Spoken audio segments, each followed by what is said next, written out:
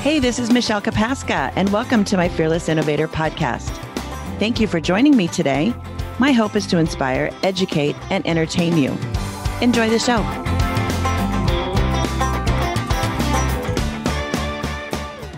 So welcome back to the Fearless Innovator podcast. My name is Michelle Kapaska, and I'm your host.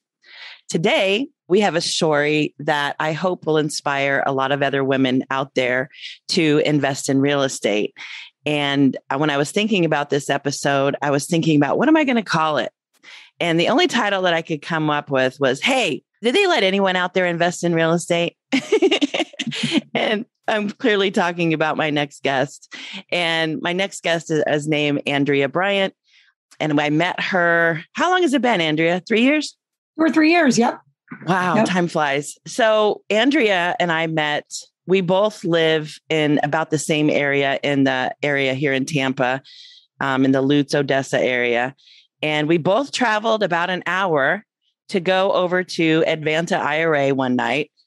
We didn't know each other until we got there, but we went over there to play the cash flow game by Robert Kiyosaki.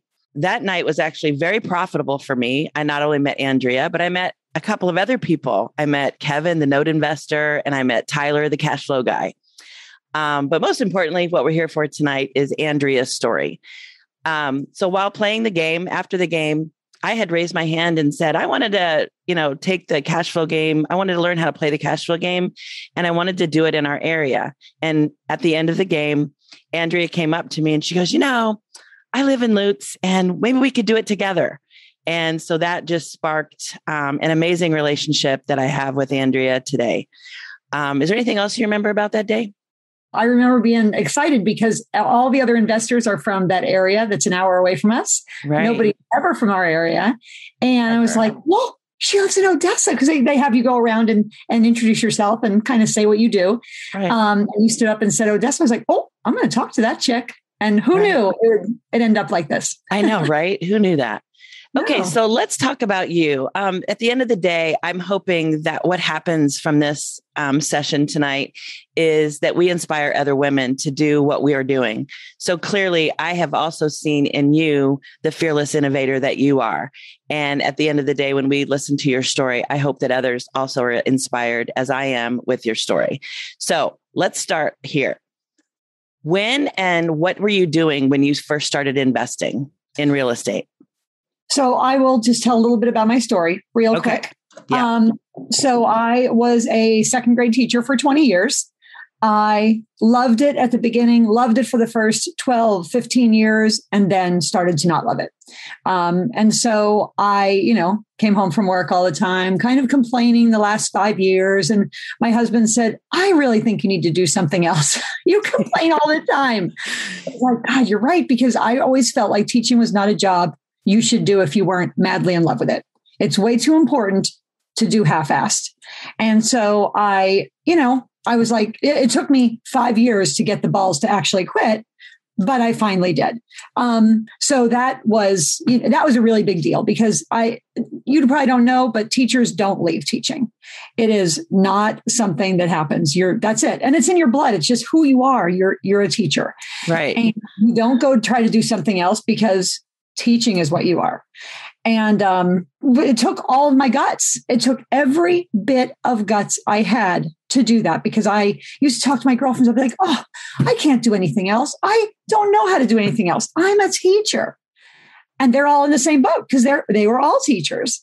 And they're like, right, what would we ever do? I mean, maybe make t-shirts or do something like that for a business. Right. But this was a pretty big deal. So what was it how did you arrive at what you started doing? What did you do?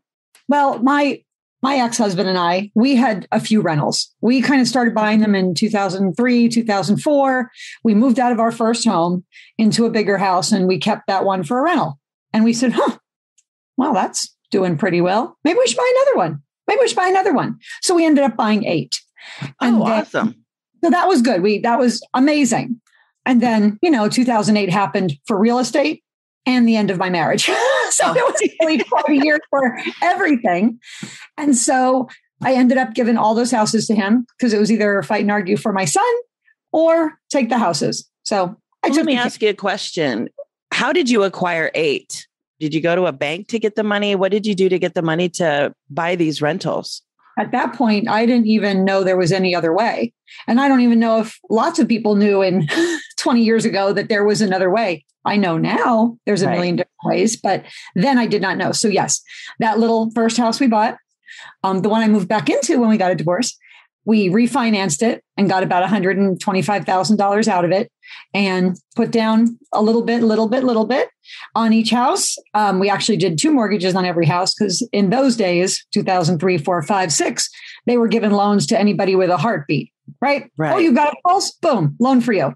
Right. I mean, you didn't have to send in anything, no paperwork. They were calling them no doc loans, which is, I do remember those days. You're right. Yeah. I do. So we had no problem a teacher making $35,000 and a scientist making $35,000. Here you go. Here's $1 million worth of loans. No problem. So were you scared? He's a really smart guy. And so I felt like he did a lot of research and I kind of just followed on his coattails. I really at that time. Okay. So I wasn't really scared because he was like, it's going to be fine. It's going to be fine. And it did end up being okay. We bought them okay, not great deals, but okay. And it was okay. So that then fast forward 10 years and I got remarried and, he was like, all you do is complain. So why don't you do something with real estate again? I said, okay. Oh, you're giving me permission? Right. Oh, I like permission. Idea. So, because I lived in my house, that was cheap. I live in a little 1,300 square foot little house that's perfect. And it has a $700 a month payment. It helped me to be able to do this because if I had a house with a pool and all the things that are, people would like to have, I probably couldn't have afforded to take my whole paycheck and start investing in real estate. You make a good point.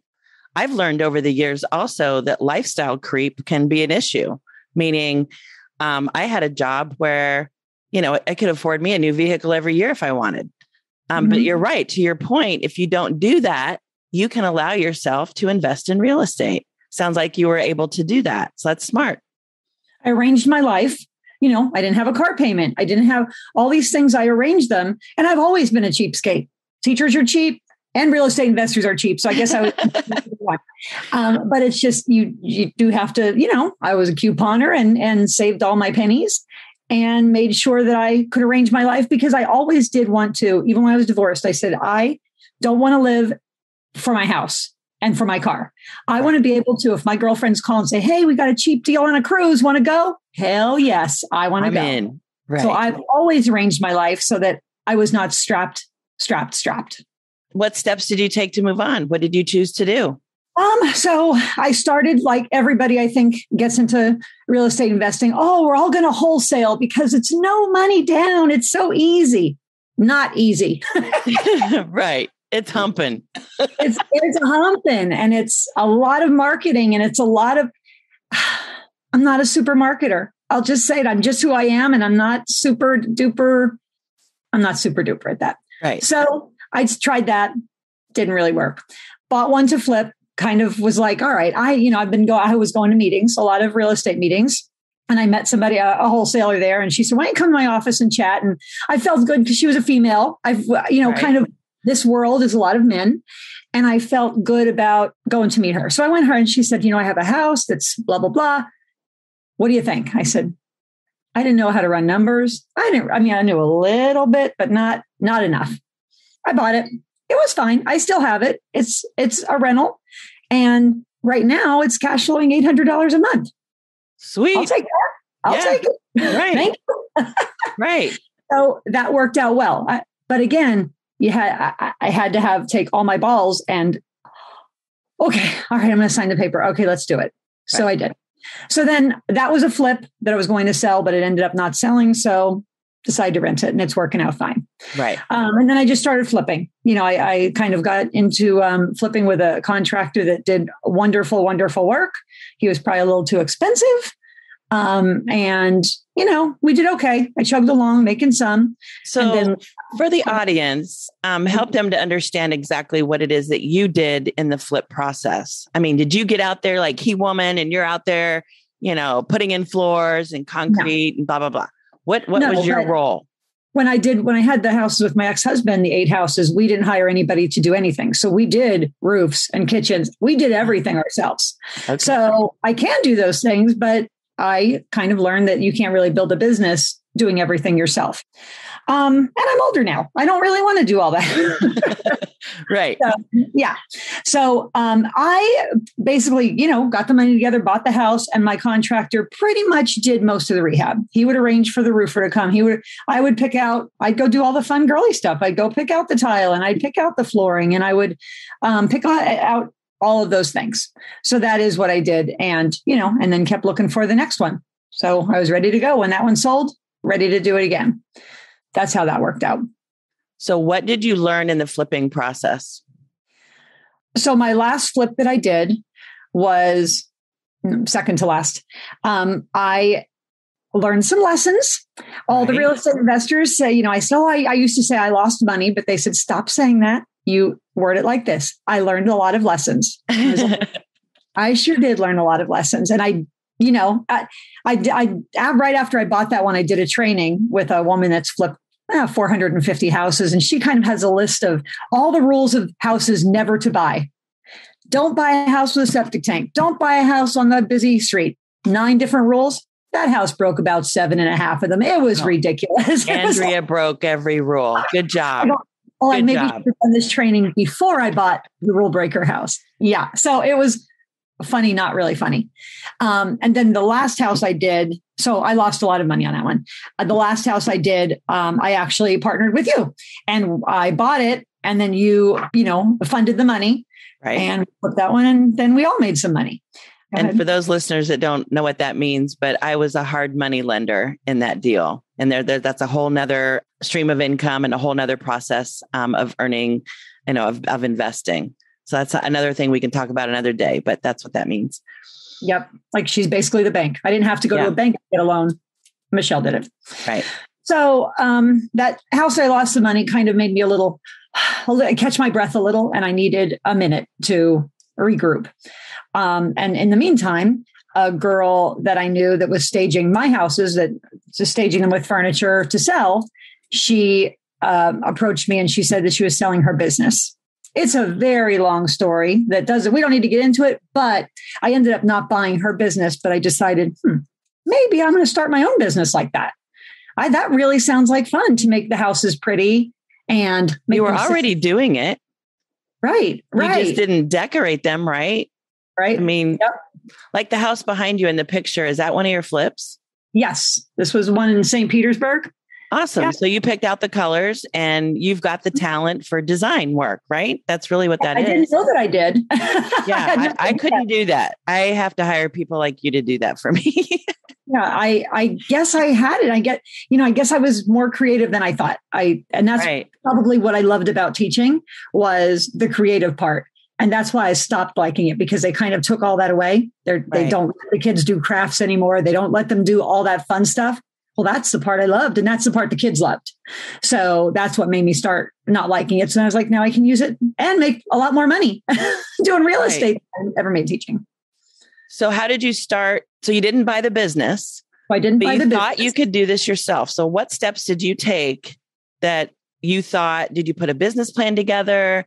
Did you talk to a lot of people? What did you do? No, I did not put a business plan together. Well, I had spent a lot of time with the girl that was selling the business. Mm-hmm. It ended up at the end, she was trying to do some underhanded things. And right at the last minute, I said, well, I can't pay the price you're asking because you're selling furniture behind my back. And she would not lower the price. And so that was it.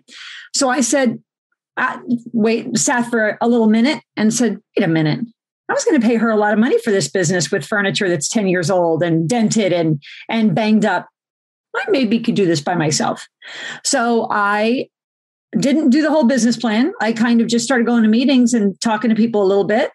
But I actually thought of one of those wholesalers, those group of wholesalers that's all they do is they find properties for investors. They help them find a contractor. They help them find the money. They do all that. They're kind of a full service thing. Well, I said, wait a minute, if I'm going to do stage one of the realtor, because then at the end of that, when they flip, the realtor sells the house for them. I need to talk to her because she's dealing with all flippers Right. I can get in with her, and that can be my in. Man, that was the best $15 lunch I ever bought in my life. We got along great. And then the next week she goes, okay, are you ready for one? I don't know. Am I? Of course you are. Just do it. She said, you tell me. I was like, I'm ready. Let's do it. Holy hell. My husband's pickup truck got to work out that I was running, get a couch, get it. And then I'm like, I don't know what I'm doing, but I figured it out. Right. And it worked out great. So I did that one. She calls me the day after I did. She goes, oh my God, the guy loves it. Blah, blah, blah. Are you want another one? I was like, huh, okay. And then I got another one from her.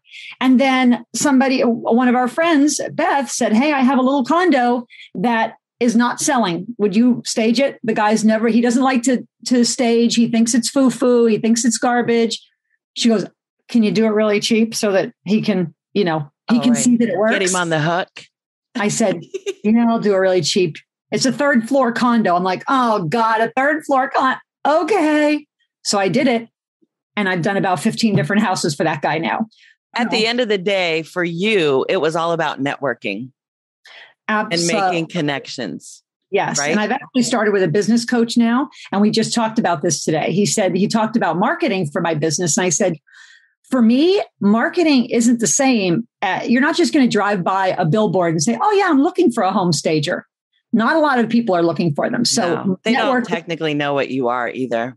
No. So networking for me is the way. It's, going to the real estate meetings and, meeting like that guy that I've done 15 for. Now he gave my name to somebody else and we've already done 3 for him.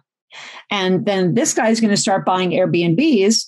I already did one for him. He's buying Airbnbs and then I'll furnish the whole Airbnb like I did for your Airbnb. Right. So you're actually got 2 lines of income. One is staging for flipping opportunities. Mm-hmm. Or real estate people that are selling homes to make them beautiful when they sell, and the pictures on the MLS make them look beautiful. And then now you're also doing short-term rentals.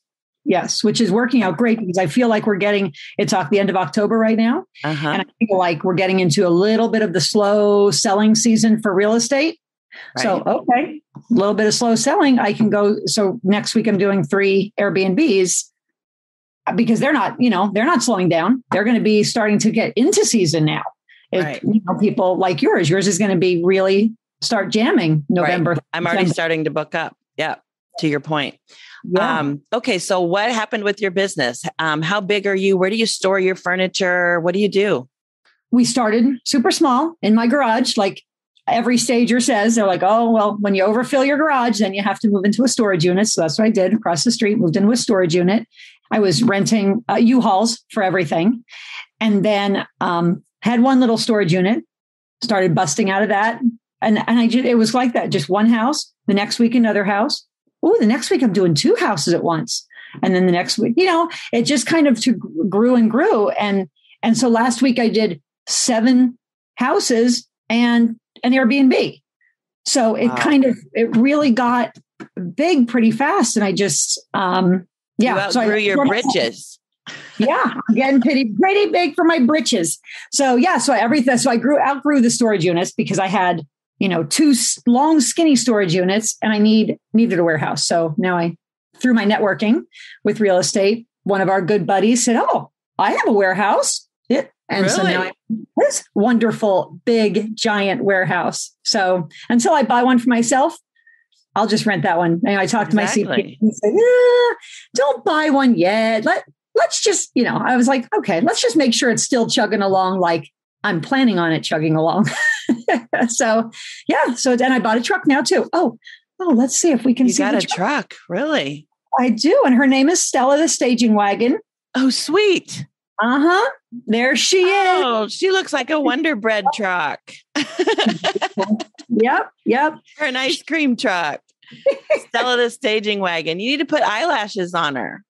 Oh, yeah. My mover said they're not going to drive her. I'm going to be driving her everywhere by myself because they're not going to drive her with her. Oh, they won't put eyelashes and lipstick on her. Oh, no, they won't. Can you put your logo on it? I have thought about that. But one of our other real estate buddies who's bought and sold a lot of businesses said, maybe not so much. maybe don't do that. I said, what? I want my big, beautiful logo to be on there. It's so pretty. He goes, well, if you want a rolling, lawsuit wagon instead of a staging wagon, go ahead. Don't do that. He said, it just kind of makes you more of a target. I said, I mean, obviously it's a business, but I get it. And I appreciate him, giving me that information. And it probably is true, sadly. So Stella's going to have a little license plate on the fronts, and that might be it. That might be it. Okay. So I know that listeners are still a little challenged with starting their own business. One of the things I hear a lot about is hiring employees. How did you go about finding people that could help you in your business? So the person I was thinking about buying the business from, I'd spent time with her employees, and they weren't very happy, to say the least. So, I told them, just wait, I'm buying the business. It'll be a couple months. Just hang tight. Don't go anywhere. Because I could tell they were great employees. She just wasn't treating them well. Just hang tight, hang tight. Well, then I didn't buy it. So one of them called me and goes, what happened? I said, well, it's a long story and you don't need to hear this story, but I can't buy it. He's like, well, if you ever need help on the weekends or whatever. I said, yes, that would be, if you can help me on the weekends. I don't want to take one of her employees. No. That is not how I'm trying to run my business or my life. That would be great. He goes, great. So we did that for, a while. I'd do all my stagings on the weekends. It was only one a week. So my husband would help. He would help. Great. And then the other lady found out about it and fired him. Oh. Even though it wasn't really taking away from her, but she was hurt. You were just enhancing his life and giving him a little extra work. Yeah. She didn't like that. So So then now I have him, and he brought his friend they're wonderful. Absolutely love those guys. They do a wonderful job for me. I'm super duper. I've said a million times that this has gotten this way because I could depend on them for everything. Right. Stella, she had a problem with her radiator the other day, and I went on vacation last week, and they came to my house, picked Stella up, took it and fixed the radiator in their yard. Awesome. So you're able to take a vacation and get away for a week. Yes. While your business operated without you. It did. We FaceTime. The guy staged one house by himself, and they're working on how to put things, where to put it, make it foo-foo.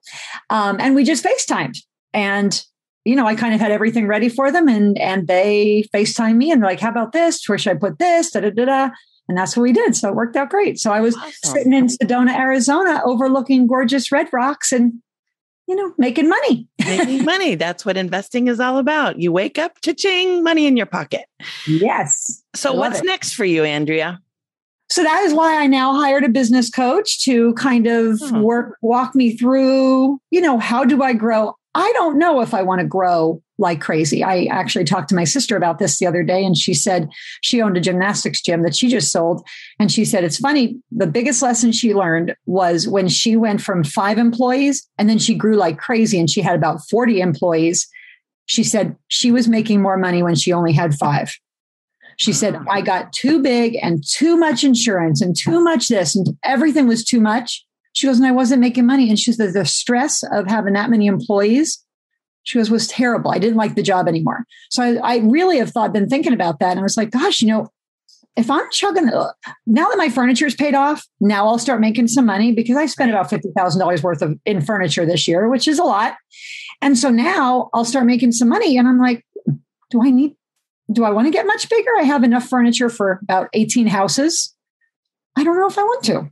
So we're going to kind of see how focus on the business, building up your processes and then one day maybe you potentially could sell the business as a real life business. And that's where, so to your point, sounds like you'll make money as you go through a little bit of extra time, and then you'll make money again when you go and sell the business itself. Yeah. I even talked to him today about maybe we could franchise it in years to come. Right. Or whatever. But along the way, I'm going to buy rental properties. I'm going to, buy some Airbnbs and I'm going to get myself situated like that too. So that is my plan. And now it's nice that I have something that will actually make money. As a teacher, I was never going to make enough money to get myself out of the rat race. And now I will. Now I'm headed the right way. Well, awesome. So how do people reach out to you? The website for the staging is www.stagedrightllc.com. And my number is my phone number, if you want to see how to spell it, Staged Right. Catchy name. Thank you so much. My phone number is 813-495-8924. Well, I'm on awesome. Facebook and Instagram and, all those. Yeah, I've actually seen some of your marketing on Facebook, and I think I've seen it on Instagram as well. Well, awesome. That was a great story. I hope everyone was inspired by that. As women, we need to challenge each other and support each other. And I think clearly what you've also said is that what you did is you surrounded yourself with great people, right? It takes a mountain. It's in the thing they say about kids. It takes what is it? What's that saying they say about? It takes a village. Yeah. It takes a village in real estate investing as well. I mean, we have a group that we hang out with, right? And we inspire each other every day. We send little tidbits, right? Every day. We're always sending little tidbits back and forth about, hey, did you know this? Or, hey, does anybody have this? And who has an exterminator I can use? Who has this? And good job, you sold that house. Whatever it is, it's just great cheerleading. We're very lucky. Shout out, right? And the great thing about this Tampa Bay area, to your point, Andrea, is that we're very, very fortunate to have these people in our backyard. People like Larry Harbolt, Peter Fortunato, all these people. There's several others to name just a few, but we've actually learned from them, and now we're branching off and doing our own things. So, and there's actually another good point is that there's always room for others to join. Pick your poison and just take after and go for it. And so you just have to try, like I did. You just have to try some things. All right, I tried wholesaling. Nah. Tried flipping. It's okay. I mean, I just flip the mobile home now. I'm doing a little bit of it, but you have to find your way. Right. It's not going to be you just jump in and you're like, that's it. I'm doing this. This is wonderful. Mm-mm. It's not how it is. At least it wasn't for me. I had to figure out what I wanted to do. Well, me too. My journey is not just one thing. I've had rental property. I have flipped. I have a flip that flopped. I actually talk about it on my podcast. I've done commercial property, but nothing has really stuck. I feel like, I just look for opportunities to whatever's there, in front of me. And now I'm doing short-term rentals. I'm actually looking for an RV park now. The process continues. We just keep growing and getting better at what we do. And you just learn along the way. It's right. How it is. We know a guy that does strictly mobile homes, right? Adrian. Yep.